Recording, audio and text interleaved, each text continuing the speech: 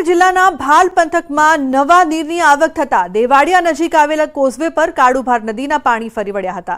પાણી ફરી વળતા રસ્તો બંધ કરવાની ફરજ પડી। પાળિયાદ, દેવડિયા, રાજગઢ સહિતના ગામો સંપર્ક વિહોણા થયા છે। ગઈકાલે ઉપરવાસના વિસ્તારોમાં ધોધમાર વરસાદ વરસતા નદી બે કાંઠે વહી રહી છે। રસ્તો બંધ કરતા જનજીવન પ્રભાવિત થયું છે। લોકોને અવરજવરમાં ભારે હાલાકી ભોગવવાનો વારો આવ્યો છે। महत्वपूर्ण समाचार की जो बात करिए तो आ झड़पी युग में पण वडोदरा शहर में एक ओवरब्रिज बनावता 5 वर्ष वीती गया छत्ता काम अधूरू है, जेना कारणे लोकोने मुश्केलीओनो सामनो करवानो वारो आव्यो छे। विकासनी मोटी मोटी वातो करता वडोदरा पालिकाना सत्ताधीशो नागरिकोने 5 वर्षे पण एक ब्रिज न आपी शकता विकासना तमाम दावा पोकळ साबित थया छे। માંજલપુરથી અટલધારા વિસ્તારના ખિસકોલી સર્કલ તરફ રેલવે ઓવરબ્રિજનું કામ વર્ષ 2020 થી ગોથે ચડ્યું છે। કોર્પોરેશન દ્વારા રચના કન્સ્ટ્રક્શન નામના કોન્ટ્રાક્ટરને આ કામગીરી આપવામાં આવી હતી। 47 કરોડના ખર્ચે બ્રિજનું કામ અપાયું, જે કામ પૂર્ણ કરવાની સમયમર્યાદા 18 મહિનાની હતી, પરંતુ આજે 4 વર્ષથી વધુ સમય વીતી ગયા છતાં બ્રિજનું કામ હજુ અધૂરું છે। ત્યારે કોર્પોરેશન હવે રેલવે વિભાગનું બહાનું કાઢીને જવાબદારીમાંથી છટકે છે। रेलवे और पालिकाना अधिकारीओना संकलनना अभावे लोकोने हालाकीनो सामनो करवो पड़ी रह्यो छे। त्यारे वहेली तके आ ब्रिज चालू थाय तेवी लोको मांग करी रह्या छे। हवे जोवुं रह्युं के तंत्र लोकोनी तकलीफ हल करे छे के पछी आम ज वधारे छे। કોન્ટ્રાક્ટરની બેદરકારીને લીધે એકચ્યુઅલી 4 વર્ષ પહેલા એનું ખાતમુહૂર્ત કરવામાં આવેલું। તો પછી આ 3 વર્ષ પહેલા મેયરશ્રીને રજૂઆત કરી તો મેયરશ્રી પોતે જાતે આ રેલવેનું કામ ચાલુ કરાવડાયું અને તા પછી બી રેલવેના કોન્ટ્રાક્ટરે હજુ બી કામ પૂરું નહીં કર્યું અને આજે વર્ષ થવા આવ્યું। મેયર સાહેબ તો 6 મહિના પછી બીજા મેયર સાહેબ આવી જાય પણ તો હજુ આ ચાલુ નહીં કર્યું। દરબાર ચોકડી આગળ જે અત્યારે બ્રિજ બને છે એમાં બી ખૂબ મોટા વિલંબ થયા છે। કોર્પોરેશન અને રેલવે વચ્ચે ડિપાર્ટમેન્ટ વચ્ચે કોર્ડિનેશન નથી, ડિઝાઇન્સ એપ્રુવલના ઇશ્યુઝ આવે છે, પણ આ તમામ વસ્તુ સોર્ટ આઉટ કરીને ગ્રાઉન્ડ પર કામ શરૂ કરવું જોઈએ એવું અમે સ્પષ્ટ માનીએ છીએ। મહત્વપૂર્ણ સમાચાર, નવસારીમાં વરસાદના કારણે રોડ રસ્તા તેમજ હાઈવે પર મસમોટા ખાડા પડી ગયા છે। નેશનલ હાઈવે 48 પર ખાડાના કારણે ટ્રાફિક જામના દ્રશ્યો જોવા મળ્યા હતા। લગભગ 1 કિલોમીટર સુધી ટ્રાફિક જામ સર્જાયો હતો। તો મસમોટા ખાડા પડતા વાહન ચાલકોને ભારે હાલાકી પડી રહી છે। રસ્તા પર ગાડીઓ બંધ પડી રહી છે, વાહનોને નુકસાન થઈ રહ્યું છે।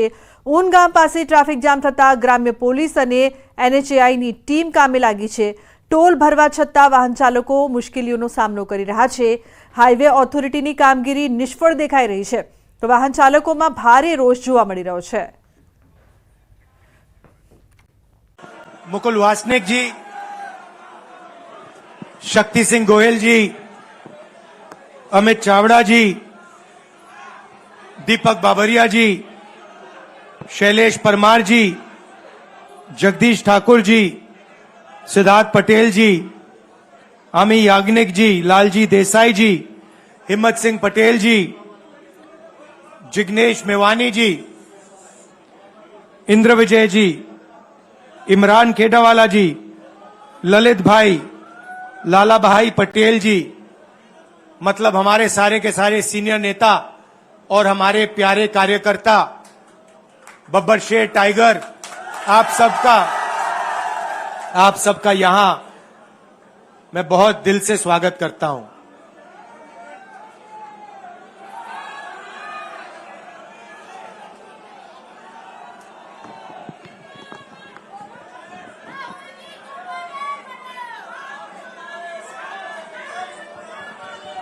पार्लियामेंट हाउस में आपने देखा होगा कि अजीब सी बात है,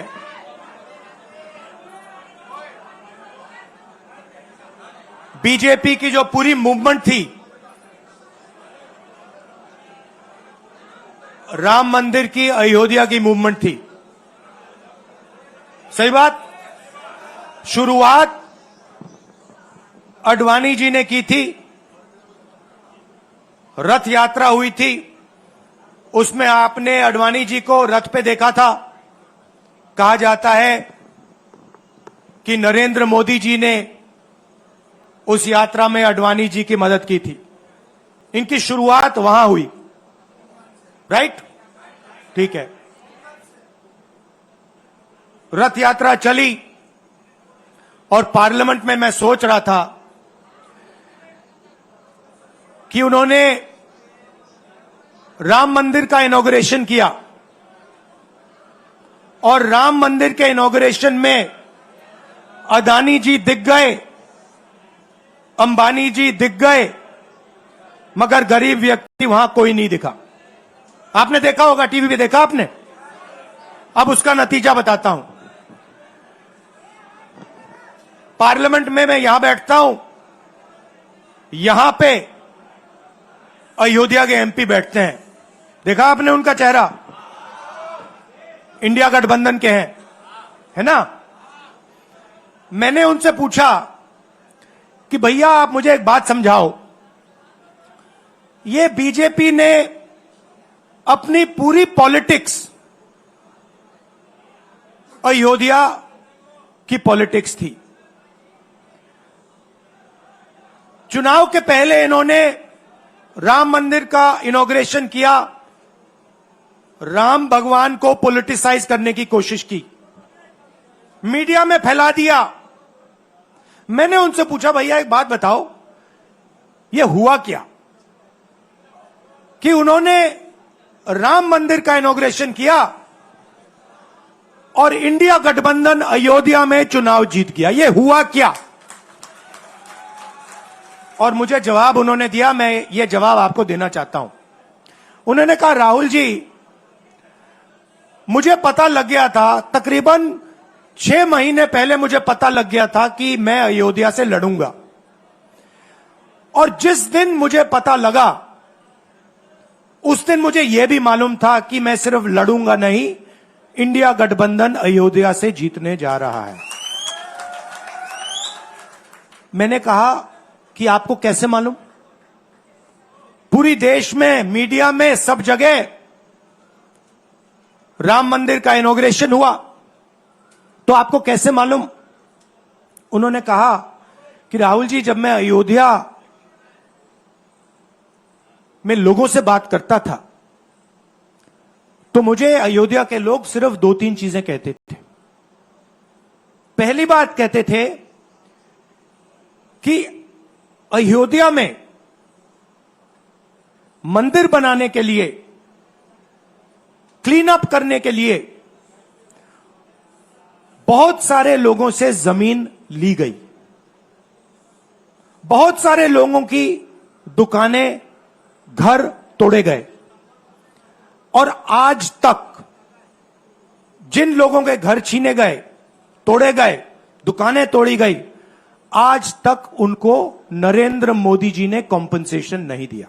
पहली बात, जहां भी वो जाता था लोग उनसे कहते थे हमारी जमीन छीनी गई, सरकार ने हमें मुआवजा नहीं दिया।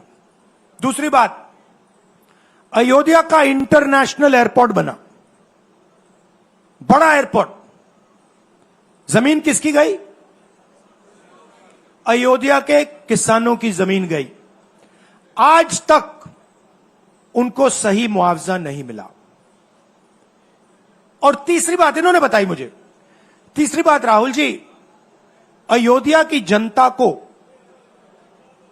बहुत गुस्सा आया जब उन्होंने देखा कि राम मंदिर के इनॉग्रेशन में अयोध्या का एक भी व्यक्ति नहीं था। यह कारण थे। मगर मैं आपको यह कहानी क्यों बता रहा हूं?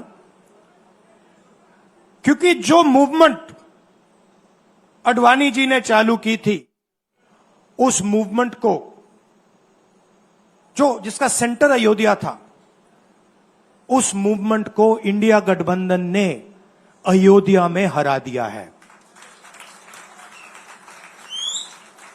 बहुत बड़ी बात कह रहा हूं। मतलब इनका पूरा जो सेंटर था, वहां पे हमने, आप जैसे कार्यकर्ताओं ने, कांग्रेस पार्टी के कार्यकर्ताओं ने, और आप जाके पूछिए वहां पे, समाजवादी पार्टी के किसी भी नेता से पूछ लीजिए और वो आपको बताएगा कि कांग्रेस पार्टी का कार्यकर्ता बब्बर शेर जैसे हमारे साथ खड़ा हो गया था, 1 इंच पीछे नहीं हटा। तो अयोध्या में कांग्रेस पार्टी ने, इंडिया गठबंधन ने इनको हराया है। तो अगला स्टेप क्या है? अब इन्होंने क्या किया? अच्छा, अंदर की बात बताता हूं। अब यहां आया हूं, परिवार से बात हो रही, तो अंदर की इनसाइड ट्रैक बता देता हूं। इनसाइड ट्रैक है, उसी एमपी ने बताया, राहुल जी यहां पे 3 बार सर्वे हुआ था। नरेंद्र मोदी जी वाराणसी से नहीं लड़ना चाहते थे, नरेंद्र मोदी जी अयोध्या से लड़ना चाहते थे। उनके सर्वेयर आए, 3 बार आए, नरेंद्र मोदी जी आए, और सर्वेयर ने उनको कह दिया, नरेंद्र मोदी जी अगर आप अयोध्या से लड़ेंगे, आप अयोध्या में हारेंगे। आप अयोध्या में मत लड़िए, क्योंकि अगर आप लड़ गए, आपका राजनीतिक करियर अयोध्या में खत्म हो जाएगा। इसलिए अयोध्या से नहीं लड़े, वाराणसी से लड़े। और वाराणसी में हमने 1-2 छोटी गलती कर दी, नहीं तो वहां उनको निपट लेते। मतलब आप देखिए, अयोध्या में उन्हीं के लोगों ने उनसे कहा कि हारोगे, और काशी में कितने से जीते? 1 लाख वोट से जीते। मतलब जान बचा के निकले हैं। सच्चाई है। जैसे मैंने पार्लियामेंट हाउस में कहा, हमारा काम, ये जो लगा रखा है मैंने आज, ये जो चिन्ह लगा रखा है, इसको क्या कहते हैं? अभय मुद्रा कहते हैं। ये आपका चिन्ह है, इसको भूलो मत। आप आज वापस जाओगे, अलग अलग धर्म के लोग हो आप, हर धर्म में यह चिन्ह आपको दिखाई देगा। गुरु नानक जी की फोटो देखिए, महावीर की देखिए, बुद्धा की देखिए। इस्लाम में भी, जैसे मैंने पार्लियामेंट में कहा, दुआ मांगी जाती है, दोनों हाथ से ऐसे मांगी जाती है। आप शिव जी की फोटो देखिए, उसमें आपको यह दिखाई देगा। और इसका मतलब है डरो मत, डराओ मत। और मैं आपसे यहां कहने आया हूं, इन्होंने आपके ऑफिस पे आपके कार्यकर्ताओं पर आक्रमण किया है। अब आपको डरना नहीं है, डराना नहीं है। इन्होंने हमारे ऑफिस पे धमकाकर, ऑफिस को तोड़कर हमें चैलेंज दिया है। चैलेंज क्या है? गुजरात के चुनाव में मैं आपको बता रहा हूं, हम सब मिलकर इनको गुजरात में हराने जा रहे हैं। जो हमने कहा, और लिख के ले लो, कांग्रेस पार्टी की जो आत्मा है वो गुजरात के चुनाव में लड़ेगी, और नरेंद्र मोदी और बीजेपी को गुजरात में, जैसे हमने अयोध्या में हराया है, वैसे ही हम गुजरात में इनको हराने जा रहे हैं। कौन हराएगा? हमारे लीडर हराएंगे, हमारे बब्बर शेठ टाइगर हराएंगे। आप देख रहे हो, मैं बता रहा हूं आपको, देखो 50% आप में से लोग, 50% आप क्या सोच सकते थे? मैं आपको पूछ, 50% आप में से लोग, 50% आप क्या सोच सकते थे? मैं आपको पूछता हूं, आप क्या सोच सकते थे? चुनाव से पहले आप सोच सकते थे कि अयोध्या में बीजेपी हारेगी? ना। आप सोच सकते थे कि नरेंद्र मोदी से जान बचा के निकलेगा? मतलब मार्जिन ऐसे तुक्के से निकलेगा, सोच सकते थे? मैं आपको बता रहा हूं, जैसे ये अयोध्या में हारे, वैसे यहां पे हारने जा रहे हैं। आपको सिर्फ एक बात बोलनी है, आपको डरना नहीं है। बिना डरे अगर आप बीजेपी से लड़ गए, चाहे आप किसान हो, मजदूर हो, छोटे व्यापारी हो, अगर गुजरात की जनता बिना डरे लड़ गई, बीजेपी सामने नहीं खड़ी हो पाएगी। दूसरा उदाहरण देता हूं, आप कांग्रेस पार्टी को जानते हो? हमारी पार्टी में कोई डरता है? कैसे मालूम? कैसे मालूम? हमारी पार्टी में दिल से बात कर देते हैं, बड़ा सा बड़ा हो, राहुल गांधी हो, हमारे पार्टी के लोग कहते हैं राहुल गांधी, मुझसे कहते हैं, मेरे कमरे में आके कहते हैं, राहुल जी ये जो आपने किया हमें अच्छा नहीं लगा, कहते हैं, मैं बता रहा हूं आपको। और मैं कहता हूं आपने सही बोला, इस बार मैंने ऐसे नहीं करना था, जो आप बोल रहे हो वैसे करना था। हम डरते नहीं है, ना हमारे कार्यकर्ता हमें बोलने से डरते हैं, ना हम अपनी कार्यकर्ता की बात सुनने से डरते हैं, ना हमारा कार्यकर्ता हमसे डरता है। अब देखिए, मैं आपको रियलिटी बता रहा हूं, बीजेपी में नरेंद्र मोदी बैठे हैं, उनकी पूरी टीम बैठी है उनके सामने। मैं आपको इंटरनल बात बता रहा हूं, उनमें से कोई नरेंद्र मोदी को नहीं चाहता, मगर कोई नहीं चाहता, मतलब पूरी लीडरशिप टीम देख लो आगे बैठी है। मैं बता रहा हूं आपको, अंदर की बात बता रहा हूं, इनसाइड ट्रैक दे रहा हूं, कोई नहीं चाहता, मगर दम नहीं है, डरते हैं।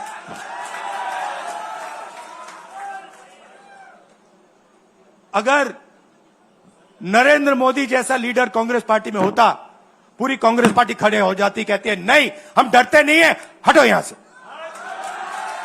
मगर उनकी पार्टी में दम ही नहीं है, उनके कार्यकर्ताओं में दम नहीं है।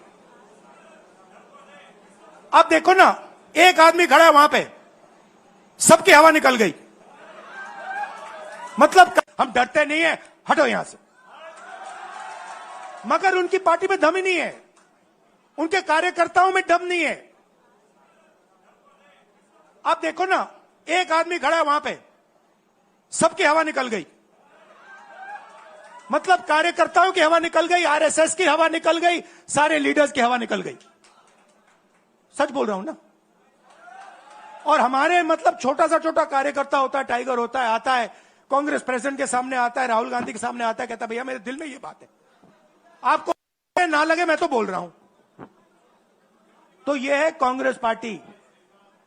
अंग्रेजों के साथ ये खड़े हो गए थे सारे के सारे आरएसएस वाले।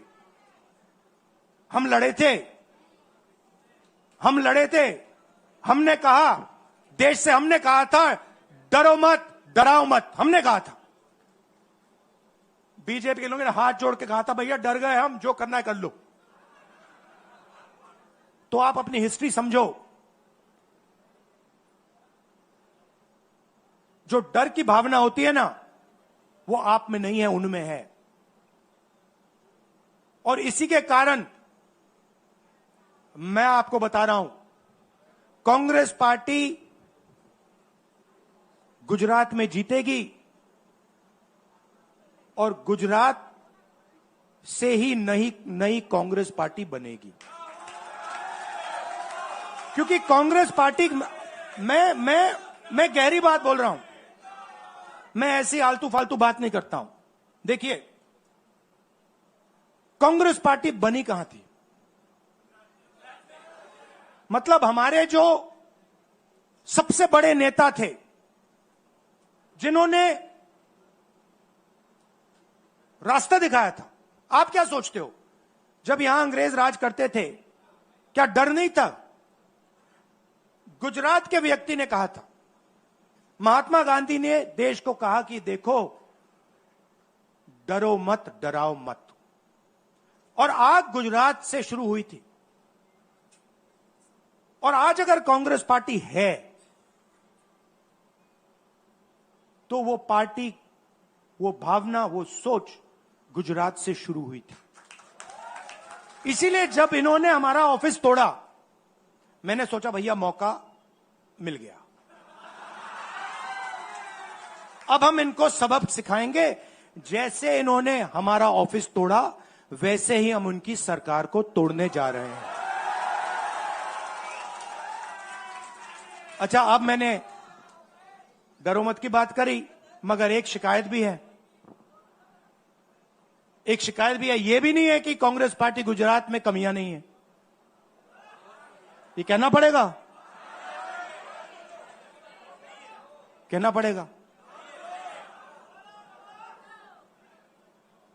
कमी क्या है? एक कार्यकर्ता ने मुझे बहुत अच्छी तरह बताया, कांग्रेस पार्टी के कार्यकर्ता ने, राहुल जी कहता है मुझे, राहुल जी ये कांग्रेस पार्टी में एक मुश्किल है, दो तरीके के घोड़े होते हैं, एक रेस का घोड़ा होता है, दूसरा शादी का घोड़ा होता है। ये आप कभी कभी कांग्रेस पार्टी क्या करती है, रेस के घोड़े को शादी में भेज देती है और शादी के घोड़े को रेस में लगा देती है। तो उसने कहा ये आप बंद करा दीजिए, रेस के घोड़े को आप रेस दौड़ाइए और शादी के घोड़े को आप शादी में भेजिए। तो ये हमें गुजरात में करना है। जो रेस का घोड़ा है, जो तैयार है, दौड़ने के लिए तैयार है, उसको रेस में लगाना चाहिए। और जो हमारे शादी के घोड़े हैं, जो हैं वो हैं, उनको हमें शादी में बारात में नचा देना चाहिए। तो अब मेरा कहना है कि यह काम सीरियसली करना है। हम पिछले चुनाव में, आप भी जानते हो, मैं भी जानता हूं कि हम बीजेपी से पिछले चुनाव में नहीं लड़े थे, ठीक से नहीं लड़े थे। उससे पहले चुनाव में 2017 में हम 3 महीने कह लो, 4 महीने कह लो, 4 महीने 3 महीने हम लड़े और नतीजा आपने देखा। आपने देखा, गुजरात के सीनियर नेताओं ने मुझे बस में कहा, मैं बता रहा हूं आपको इनसाइड ट्रैक, मुझे बस में कहा कि राहुल जी गुजरात में हमें 40 सीटें मिलेंगी। मैंने उनसे कहा 40 नहीं, हम चुनाव जीतने जा रहे हैं। और 16 सीट से हम चुनाव हारे। अब 3 साल है, 3 महीने में हम फिनिश लाइन तक पहुंच गए थे। 3 साल में हम फिनिश लाइन को मतलब उधर पीछे छोड़ के निकल जाएंगे। मैं आपको यहां कह रहा हूं कि आप लोग गुजरात में कितने साल बाद, 30 साल हो गए, 30 साल हो गए। मैं आपको बता रहा हूं, मानो ना मानो, आप में से 50% अभी मान रहे हैं और 50% कह रहे नहीं भैया नहीं होगा। जो 50% मान रहे हैं, मैं आपसे बात कर रहा हूं, जो 50% मान रहे हैं, मैं आपसे बात कर रहा हूं। आप लड़ जाओ और ये बाकी 50% बैठे हैं, उनकी माइंड बदल दो, नैया पार हो जाएगी, सरकार बन जाएगी। और मैं आपसे कहना चाहता हूं कि एआईसीसी की टीम, राहुल गांधी, मेरी बहन, सारे के सारे सीनियर लीडर आपके साथ यहां खड़े होंगे, आपके साथ मिलकर इनकी सरकार को तोड़ेंगे। आपने बहुत सहा है, बहुत लाठियां खाई हैं, बहुत अपमान हुआ है आपका, गालियां खाई हैं आपने। अब बहुत हो गया, अब इनको हमें सबक सिखाना है और हम इनको हराने जा रहे हैं। और नफरत से नहीं, मोहब्बत से आप देखना, मोहब्बत से हम इनको हराएंगे। कैसे? क्योंकि नरेंद्र मोदी जी का जो विजन था, वो गुब्बारा जो था वो फट गया है, फटाक से वो फट गया है। आप सोचिए, पार्लियामेंट हाउस में नरेंद्र मोदी वहां बैठे, मैं यहां, और मैंने प्रधानमंत्री जी उनके सामने कहा कि नरेंद्र मोदी जी, आप एक व्यक्ति भी नहीं कह सकता हूं, पता नहीं आप क्या हैं, क्योंकि आपने ही कहा कि मैं नॉन बायोलॉजिकल हूं, मैं बायोलॉजिकल नहीं हूं, और मेरा सीधा डायरेक्ट कनेक्शन है ईश्वर से। अरे भैया, आपका डायरेक्ट कनेक्शन है ईश्वर से, तो अयोध्या कैसे हार गए? कैसे हार गए? तो हमारे प्रधानमंत्री सोचते हैं कि बाकी सब लोग बायोलॉजिकल, गुजरात की जनता बायोलॉजिकल, गांधी जी बायोलॉजिकल, हिंदुस्तान के किसान मजदूर सब लोग बायोलॉजिकल और Narendra Modi non biological. Speaker sir ने मुझे कहा ऐसे मत बोलिए। मैंने कहा मैं थोड़ी बोल रहा हूं, ये तो प्रधानमंत्री बोल रहे थे, मैं तो उनकी बात कर रहा हूं। स्पीकर बिल्कुल चुप हो गए।